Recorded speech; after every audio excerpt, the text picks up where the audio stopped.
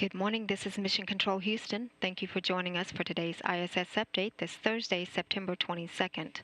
Aboard the orbiting complex, Station Commander Mike Fossum and flight engineers Satoshi Furukawa and Sergei Volkov are working through their first full week aboard the orbiting complex as the Expedition 29 crew since the departure last week of their Expedition 28 crew members. Commander Fossum, Volkov, and Furukawa docked to the Rassvet module of the space station this summer on June 9 aboard their Soyuz spacecraft. They have completed their 100th consecutive day in space last week with a couple months remaining of their stay in space. Meanwhile, astronaut Dan Burbank and cosmonauts Anton Shkaplerov and Anatoly Ivanishin are scheduled to join the crew of 3 there on the space station after their launch on November 14 to make up the full crew and complete the mission of Expedition 29. On orbit, the expedition crew members are busy supporting ongoing research into the effects of microgravity on the human body, biology, physics, and materials, as well as performing regular maintenance activities to their orbital home away from home. After the crews wake up at 1 a.m. Central Time today, the expedition crew participated in the first of 2 daily planning conferences with ground controllers at mission control centers around the world to review the day's activities and plan for the next set of tasks.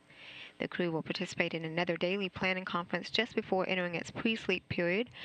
The crew is then scheduled to go to bed at 4:30 p.m. Central Time. Commander Mike Fossum and flight engineer Satoshi Furukawa are wrapping up an educational demonstration on advanced robotics. The pair recorded an educational video on Robonaut 2, or R2, the first dexterous humanoid robot in space that could one day assist a future crew with repetitive tasks or tasks too dangerous for humans on orbit. While Furukawa will then stow away the hardware used for the educational video, Fossum will spend much of the hour on critical station responsibilities, preparing and emptying a waste urine container in preparation for tomorrow's repair to the water recovery system. Meanwhile, on the Russian side of the house, flight engineer Volkov is tending to the Russian Plants 2 experiment, watering and photographing the experiment plants on board. Volkov also will perform regular maintenance to the Soj system. This is the Russian Environment and Life Support System. At the bottom of today's update hour, he and Furukawa will put in their second hour of their daily 2-hour planned exercise regime.